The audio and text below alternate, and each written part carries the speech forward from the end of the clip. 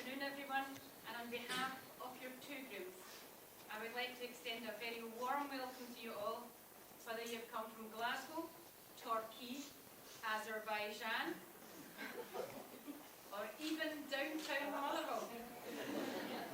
Welcome to Airth Castle, as we celebrate Scott and Chrissy's marriage today.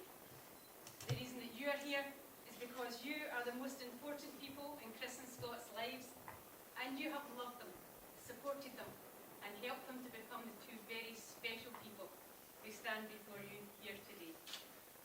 My name is Jennifer Buchan, and I'm a celebrant with the Humanist Society Scotland. Scott and Chris chose to be married in a humanist ceremony as they feel that the rational and caring philosophy of humanism reflects their own beliefs of respecting each other, other people, and the world in which we all live. Chris and Scott are two people who live their lives in this way, and whatever your own personal beliefs, I hope you'll find their marriage ceremony sincere and meaningful.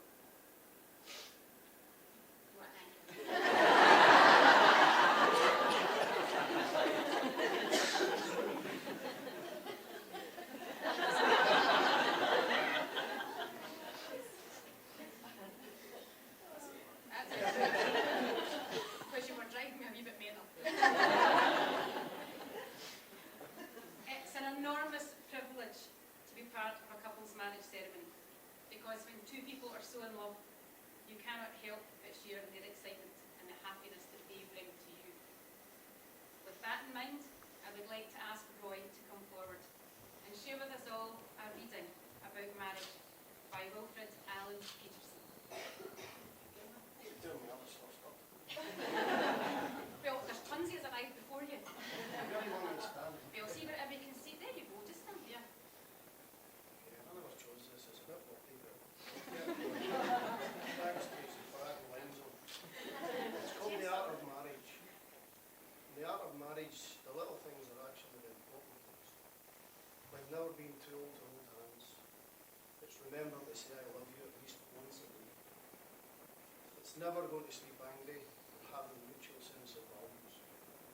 It's standing together and facing the world, forming a circle of love that gathers in your whole family life. It's appreciating one another.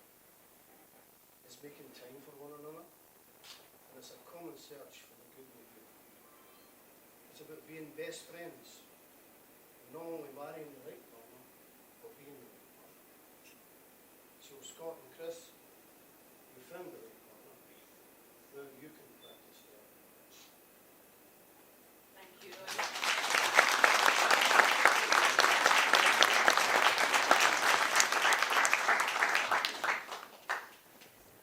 It's also a pleasure. No, Eddie, you're a wee civil. It's also a pleasure to be able to write a marriage ceremony. And I would like to share just some of Scott and Chrissy's highly edited story with you now.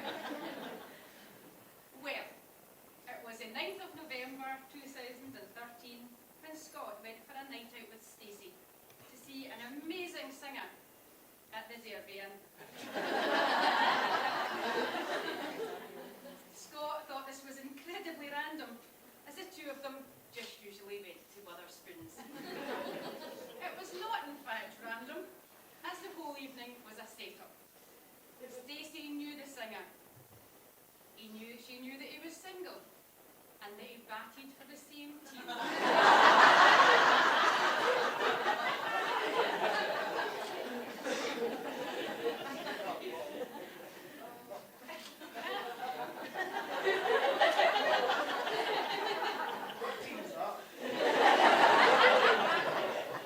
Well, as for so near Opal View, Oxtenis View. And his name was Chris. During the evening, Chris noticed that Scott could not take his eyes off him. And he spent most of the night talking to Stacey about him. Later, Stacey may have had a few too many cocktails. So she left Scott in Chrissy's capable hands, as she very much required her bed. Chris and Scott headed off to Charlie's.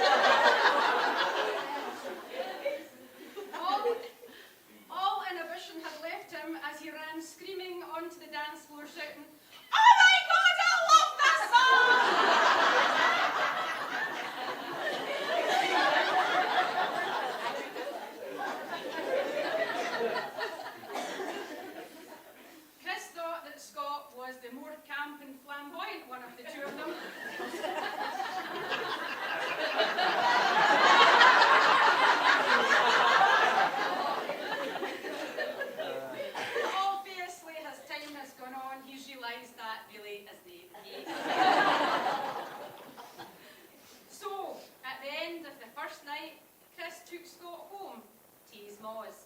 As you do.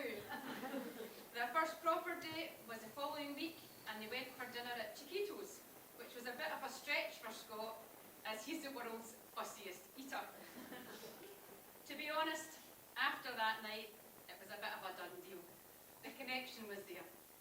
All work stopped in the bank, as Scott just talked about this amazing boy, and trying to explain to his friend Sam that Chris was a barman, singer, circus worker, trapeze actor,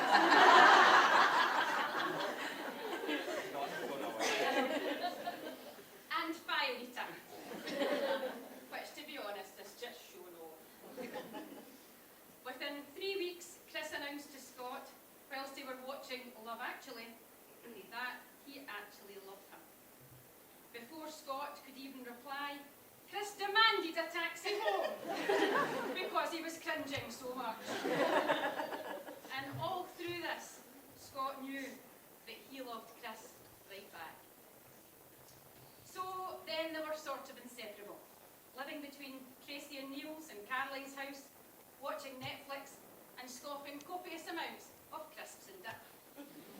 Scott and Chris bought a house and they had a stunning holiday in Egypt, and they had a Paris trip booked for December 2014. Now, I'm not saying that Chris dropped big hints.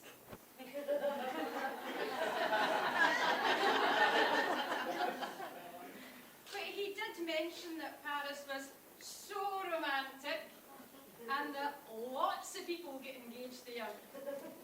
And he pointed out the ring that he liked in Beaver Brooks's wedding.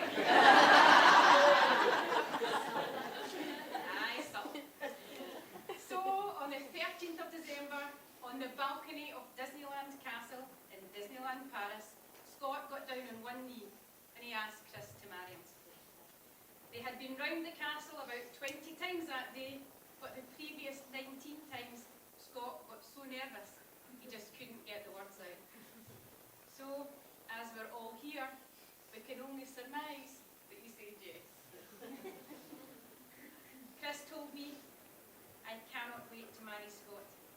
He completes me and he makes me the happiest man alive. And Scott told me, I cannot wait to marry my best friend. So, these two best friends who stand before you now are from strong, loving families, and they have a wide circle of good and loyal friends.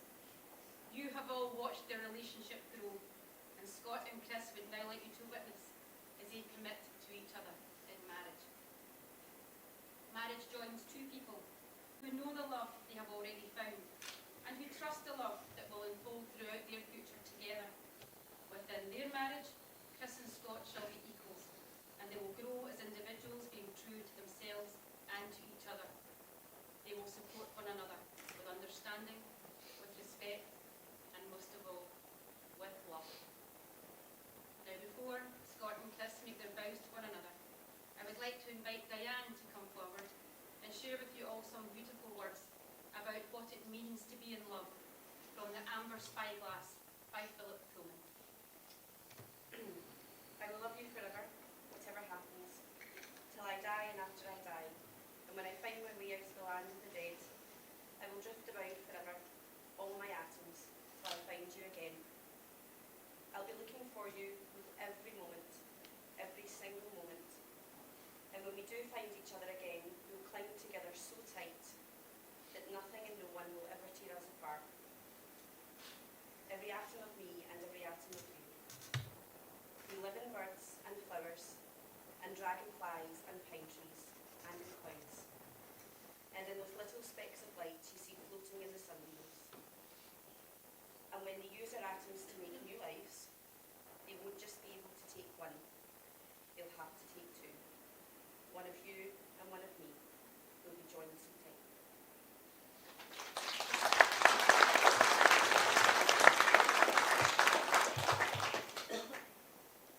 Thank you so much, Diane. Scott and Chris have chosen to exchange their vows in the traditional manner of hand fasting, and they'll be tying their joined hands as a way of confirming their union. Hand fasting is an ancient Celtic marriage ritual, and it's where the expression tying the knot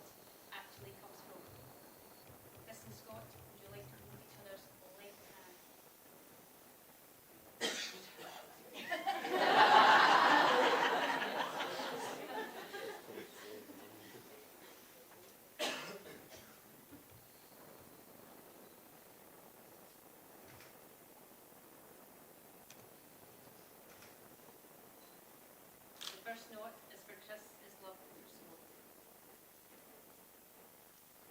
And the second note is for Scott's love for Chris.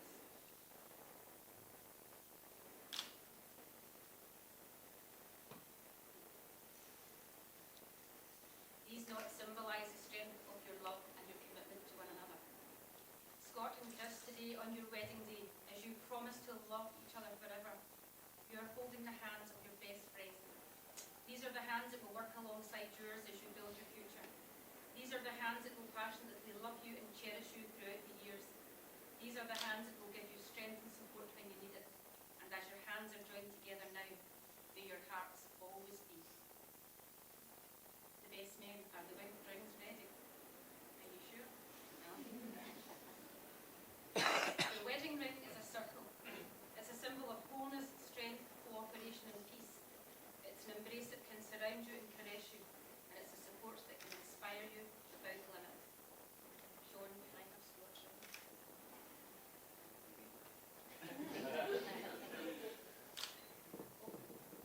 Chris, can you place Scott's ring on the finger?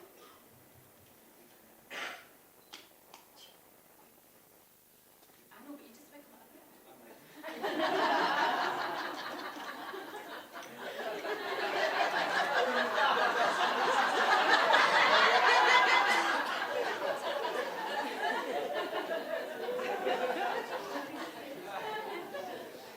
That's enough now. It's an instruction manual. Would you like to read your vows? You've made me the happiest person in the world. This day forth, I promise to always stand up for the love that we share. I truly believe in, no matter what we face in life. I promise to be faithful to you always, and to share with you the good times and the bad, to uncompromised love. I promise to always be at your side, loving you for not only what you have made of me, but for what you have made of yourself. I promise to love you as unconditionally as I do today for the rest of our lives. You are beautiful and have the biggest heart I have ever seen. Never let that change. I love you.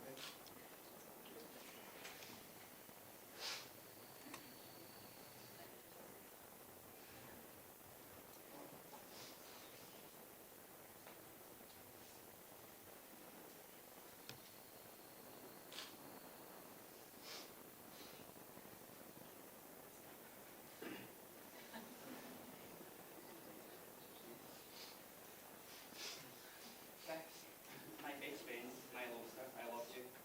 Today I give you a shrine and worship. And with that I give myself my heart and a promise. I promise to always carry your heart in mind. To be without you would be like Mickey without Minnie. Timon without Pumbaa and Lilo without Stitch. You can beat me. As soon as I saw you, I knew an adventure was going to happen. I promise to love you to infinity and beyond. We will love like Hakuna Matata.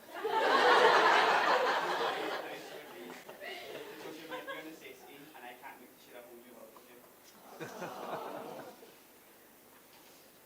Well, that was original. Chris and Scott, you have bound yourselves together by these vows, and the bond is made by your love for one another. It is a bond that ties but does not bind. It is one that is sealed by your love, and by the love that we here all have for you as individuals and as a couple. This handclasp symbolises that together you are stronger than you are individually. So may the bond between you never come undone. Through the joys or sorrows that you may face together, and may you always walk through life hand in hand, mind with mind, and heart to heart.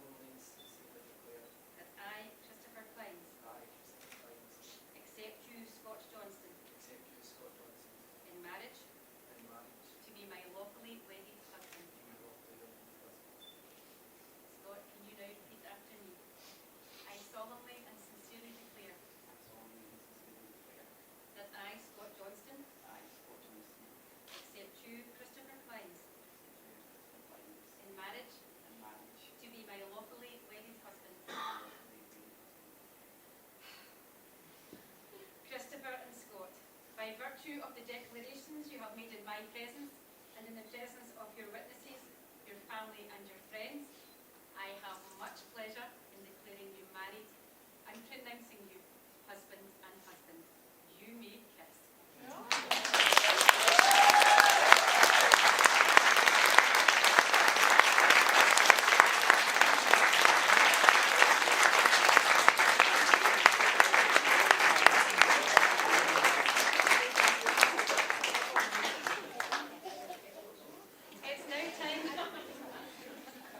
Time for Scott and Chris to sign the marriage schedule.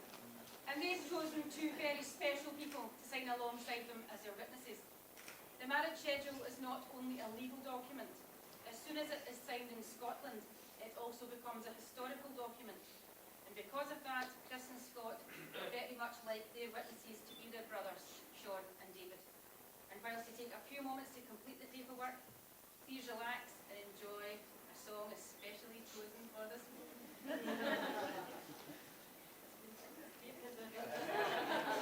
Wish to honour their mothers by presenting a white rose to Caroline and Tracy, because Scott and Chris would like you both to know that they truly appreciate everything that you have ever done for them, and would like to thank you for your patience, kindness and your unconditional love.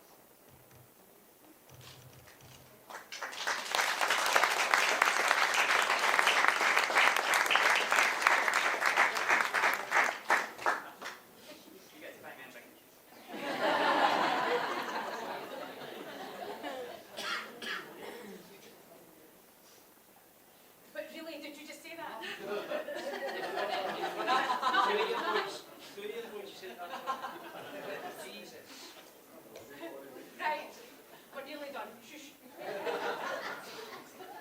We have now reached the end of the formal wedding ceremony. And before we adjourn to raise a glass to this happy couple, I would now like to bring the ceremony to a close by sharing with Scott and Chris, on your behalf, a marriage blessing.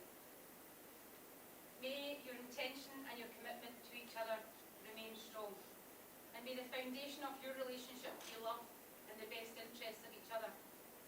Walk gently through the world together and know its wonders for all the days of your lives. Go forward in your life together with the good wishes of all those who love you. Remember this day, those who came to wish you well, the words you have spoken, the emotions you feel, and the love you have declared. And Chris and Scott, above all, be happy. So, all that remains is for me to ask you to welcome this groom and groom back down the aisle. Please be upstanding and put your hands together as I present for the very first time, Mr. and Mr. Johnston Klein.